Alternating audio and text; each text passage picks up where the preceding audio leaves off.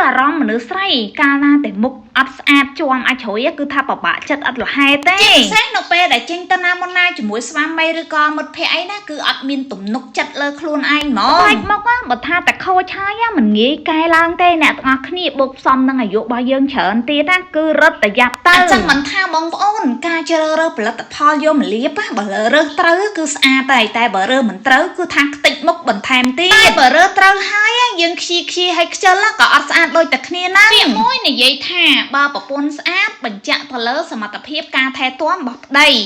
ប៉ុន្តែបើមនុស្សស្រីខ្ជិលក៏អត់ស្អាតដូចតែគ្នាដែរដល់សម័យនេះមនុស្សស្រីយើងខូចមុខច្រើនមែនតើជាពិសេសគឺមុខស្ដើងបែកតសៃក្រហមហ្មងដោយសារតែវិច័យវិទ្យាការប្រើប្រាស់ skin care គឺថាវាច្រើនពេកខ្ញុំធ្លាប់ខូចមុខអញ្ចឹងខ្ញុំយល់អារម្មណ៍មនុស្សស្រីមួយហ្នឹងពេលតណាមកណាគឺមិនមានភាពជឿជាក់ឲ្យទំនុកចិត្តខ្លួនឯងសោះដោយសារតែមុខយើងហ្នឹងជាំអាចជ្រុយខ្ញុំសម្រេចចិត្តឈប់ប្រើរបស់ដែលមានសារធាតុកាត់បកខ្ញុំប្រើតែរបស់សុទ្ធទេដើម្បីជំនួយស្បែកដោយសារតែខ្ញុំអាយុច្រើនហើយបើសិនជាយើងប្រើរបស់ដែលមានសារធាតុកាត់ស្អាតតែដំបូងទេ3ខែក្រោយគឺខ្ទេចមុខលើដើមនៅពេលបច្ចុប្បន្ននេះមានការលក់ skin care រីកដោយផ្សិតហ្មងទីផ្សារគឺសាហាវហ្មងអ្នកខ្លះជឿលើ idol អីអញ្ចឹងទៅអ្នកខ្លះចូលចិត្តរបស់ free ទិញ1ថែម2ទិញ2ថែម3អីអញ្ចឹងទៅដល់ពេលលទ្ធផលចឹងក្រោយបានទឹកភ្នែកជូតក្បាលចង្កឹងកាលពីខ្ញុំមានបញ្ហាស្បែកមុខជាំអាចជ្រុយតែសាយក្រហមគឺទៅណាអត់មានទំនុកចិត្តសោះហើយពិបាកចិត្តមែនតើសឹងថាមិនចង់ទៅណាពីផ្ទះសោះហ្មងទៅតាមប្តីឬក៏ទៅកម្មវិធីអីផ្សេងគឺថាពិបាកមែនតើតបម្សៅក្រាស់យ៉ាងណាក៏មិនស្អាតដូចគេខ្ញុំជឿជាក់ថាបើសិនជាអ្នកទាំងអស់គ្នាកំពុងតែមើលវីដេអូរបស់ខ្ញុំ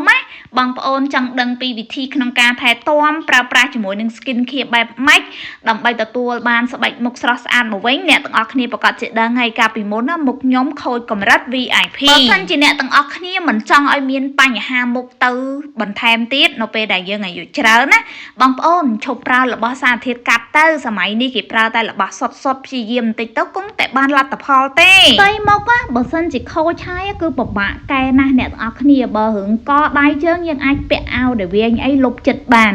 តែបើមុខយើងគ្មានអីបិទបាំងបានទេបិទតែម៉ាស់មួយក៏ពិបាកដែរបើសិនជាយើងអាយុច្រើនយើងគួរតែជ្រើសរើស skin care ដែលសុទ្ធហើយមានសារធាតុវីតាមីន collagen វីតាមីន E និងវីតាមីន C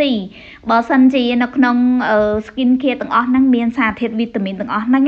នោះនឹងជួយចិញ្ចឹមបំពន់ស្បែកធ្វើឲ្យយើងក្មេងជាងវ័យតែខ្ញុំបញ្ជាក់ណារបស់សុទ្ធហើយនិងរបស់កាត់ប្រើទៅខុសគ្នាដូចមួយយ៉ាងដីហ្មងអ្នកខ្លះគឺថាក្តៅចិត្តហ្មងឈប់ប្រើ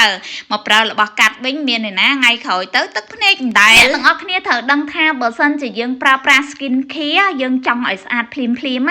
នោះអ្នកនឹងមិនទទួលបានលទ្ធផលទេតែបើសិនជាយើងព្យាយាមប្រើសឹមទៅ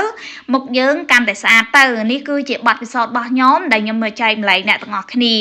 បើសិនជាបងប្អូនកំពុងតែមើលវីដេអូនេះកុំភ្លេចសេវទុកពាក្យសម្ដីដែលខ្ញុំបាននិយាយប្រើប្រាស់ផលិតផលមិនប្រកាសថាយើងជ្រើសរើសត្រូវហើយយើងខ្ជិលទៀតគឺស្អាតទេអ្នកទាំងអស់គ្នាព្យាយាមណាស់បើខ្ញុំវិញខ្ញុំព្យាយាមខ្លាំងមែនតើតាក់តងមួយសម្រស់បើសម្រស់លើផ្ទៃមុខបើសិនជាយើងខ្ជិលបងប្អូនណាអាយុច្រើនបែបនេះគឺធ្លាក់ទៅហើយខ្លះមិនដឹងថាអ្វីទៅគឺ UV sun block ផងបងប្អូន UV sun block ហ្នឹងបកប្រែជាខ្មែរមកគេហៅថាឡេការពារកណ្ដៅថ្ងៃហើយអត្ថប្រយោជន៍របស់វាជួយការពាររបាំងស្បែកមុខពីពន្លឺថ្ងៃ UVA និង UVB និងពន្លឺអំពូលកុំព្យូទ័រនិង laptop ឬក៏ទូរស័ព្ទដែលអ្នកទាំងអស់គ្នាមើលរាល់ថ្ងៃថាឲ្យតែខ្ញុំធ្វើវីដេអូតាក់ទងមួយ skin care ខ្ញុំបានបនជាងទៅធ្វើនៅវត្តទៀតអ្នកទាំងអស់គ្នាជាពិសេសគឺមិត្តរីហ្មងគាត់គាំទ្រមែនតើរាល់ពេលដែលខ្ញុំនិយាយទៅគឺខ្ញុំនិយាយមកត្រូវហើយអរគុណមែនតើសម្រាប់ fan ដែលគាត់ចូលចិត្តសលេងរបស់ខ្ញុំអ្នកខ្លះគាត់បើកស្ដាប់ទៀតទោះមិនបានមើលរូបក៏គាត់បើកស្ដាប់ដែរធ្វើបុណ្យយើងធ្វើបុណ្យទៅលើអ្វីមួយក៏បានបុណ្យដែរសំខាន់ដូចខ្ញុំអញ្ចឹងខ្ញុំចែកម្លែកតាក់ទងជាមួយនឹងការប្រើប្រាស់ skin care ការប្រើប្រាស់លេការពារកម្ដៅថ្ងៃឬក៏ការប្រើប្រាស់វិធីធម្មជាតិអីមួយអញ្ចឹង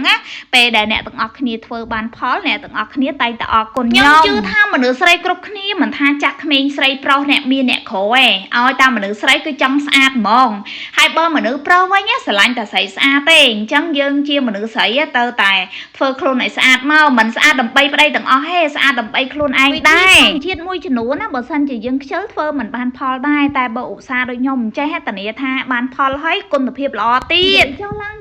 បងប្អូនខ្ញុំលាប skin care ខ្ញុំជូតសម្អាតផ្ទៃមុខឲ្យអ្នកទាំងអស់គ្នាមើលផ្ទាល់ហ្មងណាដោយសារតែឥឡូវមានភាពជឿជាក់ហ៊ានទាំងជូតមុខឲ្យអ្នកទាំងអស់គ្នាដោយសារតែមុខខ្ញុំមិនសូវជាមានបញ្ហាខ្លាំងដូចមុនទេហ្វានជាច្រើនតែតែសួរថាបងអញប្រើឈុតអីគេឥឡូវមុខបងបានប្រសើរស្អាតជាងមុនក្មេងជាងវ័យអញ្ចឹងណាអញ្ចឹងបងប្អូនអាចមើលវីដេអូនេះយល់ហើយអ្នកទាំងអស់គ្នាខ្ញុំប្រើឈុតដែលខ្ញុំប្រើជាប្រចាំថ្ងៃអស់រយៈពេល3ឆ្នាំជាងហើយទាំងអស់គ្នាត្រូវចាំថាកុំជឿសម្ដីប្តីពេកប្តីថាប៉ុណ្ណឹងស្អាតហើយប៉ុន្តែប្តីស្រឡាញ់តាមមនុស្សស្រីស្អាតទេជឿខ្ញុំទៅការងាររបស់ខ្ញុំងាយស្រួលហើយខ្ញុំមិនដែលភ្លេចទេជាមួយនឹងក្រែមព្យាបាលពវេមាត់មុខស្អាតហើយបើសិនជាពវេមាត់ខ្មៅដោយជក់បរិយស្ងួតប្រេះទៀតក៏មិនល្អអញ្ចឹងក្រែមនេះខ្ញុំប្រើ3ឆ្នាំជាងដែរណាបើសិនជាមើលវីដេអូរបស់ខ្ញុំហើយឆ្ងល់ថាយ៉ាងណាបងប្អូន comment នៅខាងក្រោមវីដេអូហ្នឹងមកស្រីពៅនឹងចូលបកស្រាយជូនណាហើយបើចង់បានវិធីធម្មជាតិបែបណាទៀត comment ទាំងអស់គ្នាមកស្រីពៅនឹងធ្វើជូន